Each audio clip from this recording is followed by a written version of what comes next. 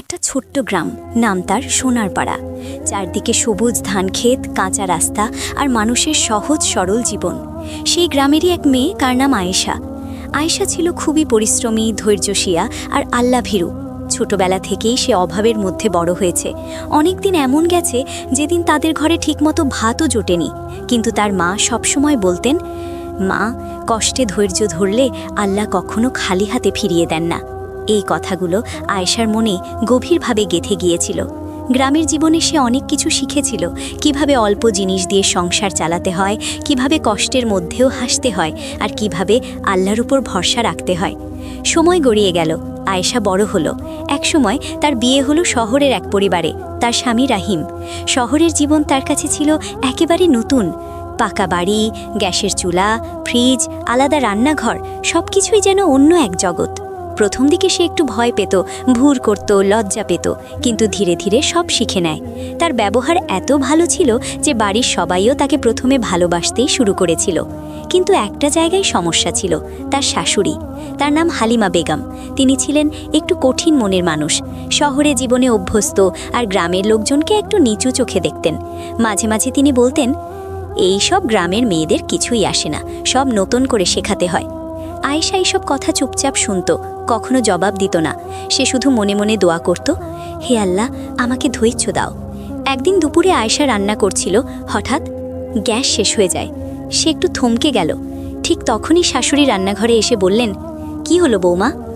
আয়েশা আসতে বলল, মা, গ্যাস শেষ হয়ে গেছে। হালিমা বেগম সাথে সাথে ছেলেকে ডাকলেন, রাহিম, তাড়াতাড়ি গ্যাস এনে দে। রাহিম সিলিন্ডার নিয়ে বের হলো, কিন্তু সেদিন ছিল শহর জুড়ে ধর্মঘট, কোথাও গ্যাস পাওয়া গেল না। একদিন গেল, 2 দিন গেল, 3 দিনও কেটে গেল। ঘরে রান্না বন্ধ। প্রথমে দোকান থেকে পাউরুটি, ডালপুরি এনে খাওয়া হলো, তারপর হোটেলেও ঠিকমতো খাবার পাওয়া যাচ্ছিল না। আর কয়েকদিনের ভিতর সব জায়গাতেই খাবারের সংকট শুরু হয়ে গেল। ছোট্ট মেয়ে মুনিয়া খিদায় কাঁদতে লাগলো, মা, খিদে পেয়েছে। এই কান্না আয়েশার বুকটা ভেঙে দিচ্ছিল। সে চুপচাপ বসেছিল।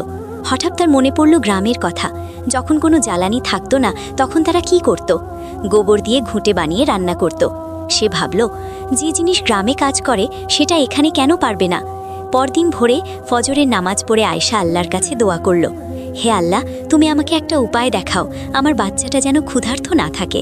তারপর সে বাড়ির পেছনের গরুর গোয়ালে গেল, হাত দিয়ে গোবর তুলতে লাগলো, গোল গোল করে ঘুঁটে বানাতে লাগলো, দেয়ালে লাগিয়ে শুকাতে দিল। তার হাত ময়লা হচ্ছিল, ঘাম ঝরছিল, কিন্তু তার নিয়ত ছিল পরিষ্কার, আমি শুধু পরিবারের জন্য করছি। আল্লাহ, তুমি জানো। সূর্য মাথার উপর উঠে গেল, তবুও সে থামল না। দেয়াল ভরে উঠল ঘুঁটে দিয়ে, যেন ক্ষুধার বিরুদ্ধে এক যুদ্ধ।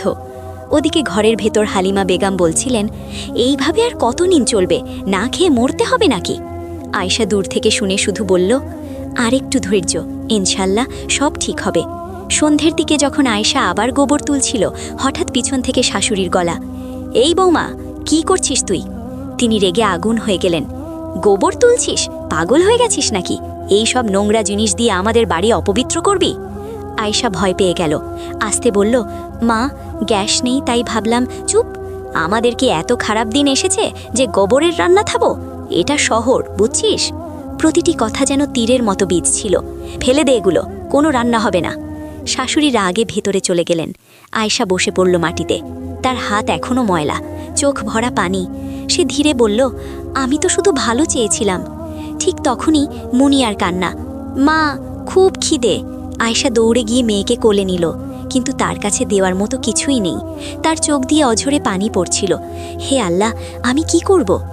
রাত গভীর হয়ে গেছে, চারদিকে নিস্তব্ধতা, কিন্তু আয়েশার বুকের ভেতর ঝড় বইছে। তার ছোট্ট মেয়ে মুনিয়া খিদায় কাঁদতে কাঁদতে অবশেষে ঘুমিয়ে পড়েছে, কিন্তু সেই ঘুম শান্তির না, খিদে আর ক্লান্তিতে ভেঙে পড়া এক ঘুম। আয়েশা মেয়ের মাথায় হাত বুলিয়ে ফিসফিস করে বলল, মা, তুই চিন্তা করিস না, আল্লাহ আছেন, তিনি আমাদের সাহায্য করবেন। তার চোখ দিয়ে পানি পড়ছিল, কিন্তু তার ভরসা ছিল অটুট। কিছুক্ষণ পর আয়েশা চুপচাপ উঠল। সে জানতো এভাবে বসে থাকলে হবে না। সে বাড়ির কোনায় রাখা খালি গ্যাস সিলিন্ডারটা টেনে বের করল। ভারী সিলিন্ডারটা টেনে নিয়ে গেল তার স্বামী রাহিমের কাছে। নরম গলায় বলল, শোনেন, মুনিয়া খুব খিদায় কাঁদছে, আপনি আরেকবার চেষ্টা করেন না, কোথাও যদি গ্যাস পাওয়া যায়। রাহিম স্ত্রীর চোখের পানি দেখে আর না করতে পারল না। সে বলল, ঠিক আছে, আমি আবার চেষ্টা করি। রাহিম আবার বের হলো। এক দোকান, 2 দোকান, 3 দোকান, সব জায়গায় একই উত্তর, ভাই গ্যাস নাই, ধর্মঘট চলছে। সন্ধ্যা পেরিয়ে রাত হলো। অন্ধকার শহরের রাস্তায় দাঁড়িয়ে রাহিম অসহায়ের মতো ভাবল, আমি কি করব এখন? শেষমেশ খালি হাতে ফিরে এলো। বাড়িতে ফিরে সে দেখল আয়েশা কোলে মুনিয়াকে নিয়ে বসে আছে। মুনিয়া আবার কাঁদছে, মা খিদে। এই দৃশ্য দেখে রাহিমেরও চোখ ভিদে গেল, কিন্তু সে কিছুই করতে পারছে না। আয়েশা কিছু বলল না, শুধু চুপচাপ তাকিয়ে রইল। তার চোখে একটা প্রশ্ন, আমরা কি সত্যিই কিছুই করতে পারবো না? রাত আরও গভীর হলো। সবাই ঘুমিয়ে পড়েছে, কিন্তু আয়েশা ঘুমাতে পারল না। তার মাথায় বারবার একই কথা ঘুরছে, আমার বাচ্চা ক্ষুধার্ত থাকবে, এটা আমি মেনে নিতে পারি না। শেষমেশ সে সিদ্ধান্ত নিল, যা হোক আজ আমি রান্না করবই।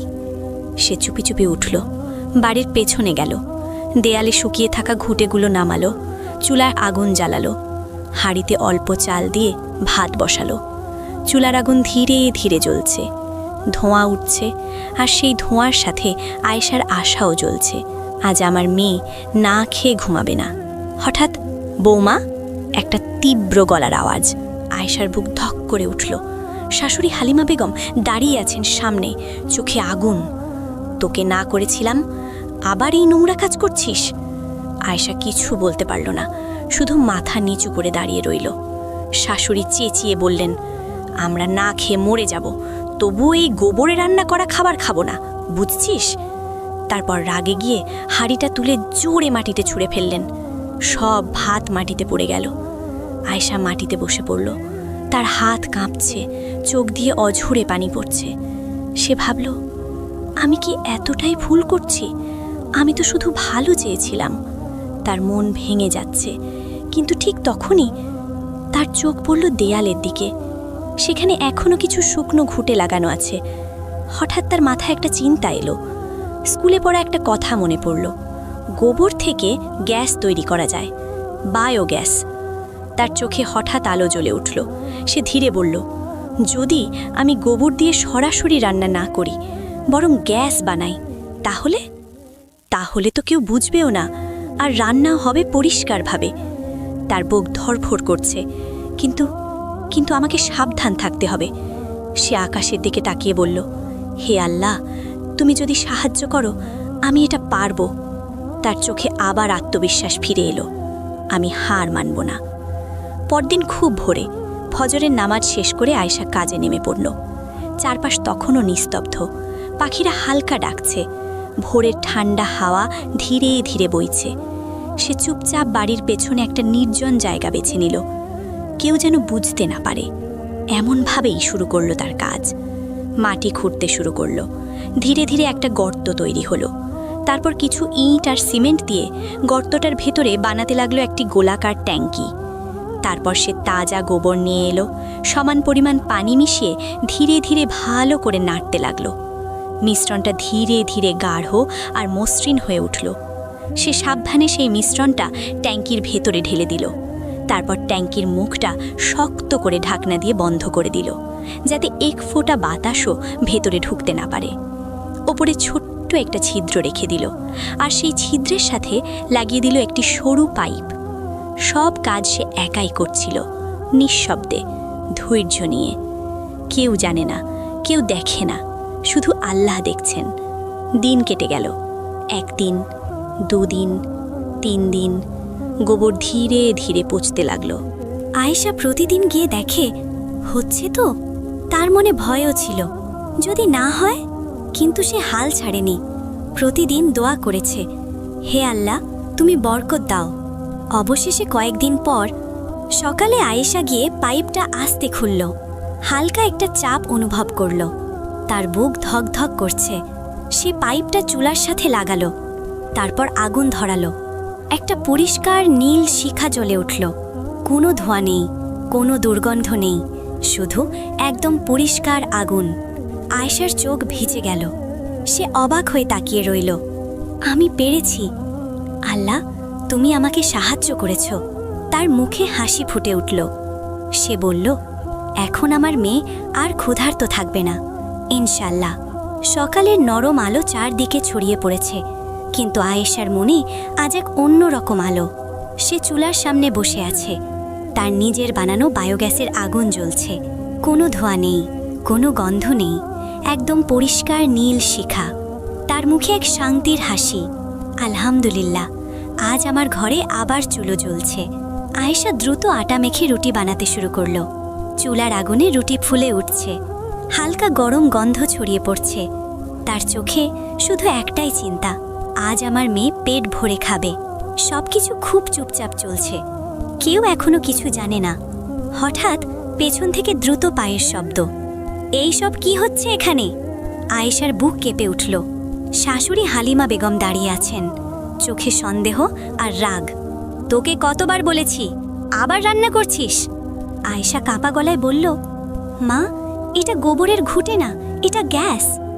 শাশুড়ি বাইরে তাকালেন, পাইপ, গর্ত সব দেখে তিনি আরও রেগে গেলেন। এই সব কি বানিয়েছিস? এটা আবার কেমন গ্যাস? গোবর তো গোবরই, এটা নোংরাই। তিনি জোরে ডাক দিলেন, রাহিম, এই দিকে আয়, দেখ তোর বউ কি করছে। রাহিম দৌড়ে এসে যা দেখল, সে একদম থমকে গেল। চুলায় পরিষ্কার নীল আগুন জ্বলছে। সে অবাক হয়ে বলল, এটা এটা কিভাবে সম্ভব? শাশুড়ির সাথে সাথে বললেন, দেখছো, আবার গোবর দিয়ে রান্না করছে। রাহিম একটু ভালো করে দেখল, তারপর শান্ত গলায় বলল, মা, এটা ঘুঁটে না, এটা তো গ্যাস। গ্যাস? শাশুড়ি অবাক। রাহিম ধীরে ধীরে বুঝিয়ে বলল, মা, এটা বায়োগ্যাস, গোবর থেকে গ্যাস তৈরি হয়। স্কুলে আমরা পড়েছিলাম। এটা একদম সিলিন্ডারের মতোই কাজ করে, শুধু পদ্ধতিটা আলাদা। তারপর একটু থেমে বলল, আর মা, ক্ষুধার্ত থাকার চেয়ে কি এটা ভালো না? অন্তত আমরা পেট ভরে খেতে পারবো। আয়েশা চুপচাপ দাঁড়িয়েছিল, তার চোখে ভয় আবার আশা। রাহিম তার দিকে তাকিয়ে বলল, আয়েশা, তুমি রান্না করো। এই কথাটা শুনে আয়েশার বুক হালকা হয়ে গেল। সে আস্তে বলল, জি, এবং আবার রুটি বানাতে শুরু করল। শাশুড়ি এক কোণে গিয়ে বসে পড়লেন, মুখে এখনও জেদ। আমি খাবো না এই গোবরের খাবার, যাই হোক না কেন। কিন্তু তার চোখে একটু দ্বিধাও দেখা যাচ্ছিল। কিছুক্ষণের মধ্যেই রান্না শেষ। গরম রুটি, ডাল, একটু সবজি। আয়েশা ভালোবাসা দিয়ে থালা সাজালো। প্রথমে মেয়ের সামনে রাখল। মা, খা। মুনিয়া খিদেই কাঁপছিল। সে খেতে শুরু করল, মুখে হাসি ফুটে উঠল। এই দৃশ্য দেখে আয়েশার চোখে পানি চলে এলো। আলহামদুলিল্লাহ। এক এক করে সবাই খেতে বসল। কতদিন পর ঘরে রান্না হয়েছে। রুটির গন্ধ পুরো ঘরে ছড়িয়ে পড়েছে। সবাই চুপচাপ খাচ্ছে, কিন্তু মুখে তৃপ্তি।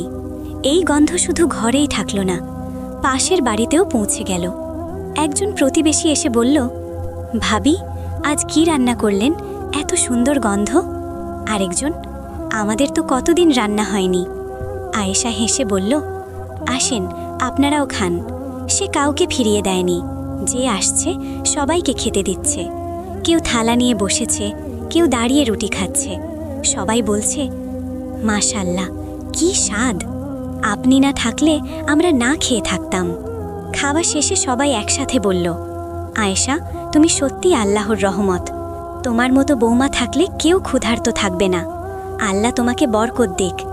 এই দোয়াগুলো শুনে আয়েশার চোখ ভিজে গেল। সে শুধু বলল, সব আল্লাহর রহমত। পাড়ার মহিলারা বলল, তুমি কি আমাদের বাড়িতে ওই গ্যাস বানিয়ে দেবে? আয়েশা এক মুহূর্ত দেরি না করে বলল, ইনশাল্লাহ, অবশ্যই দেব।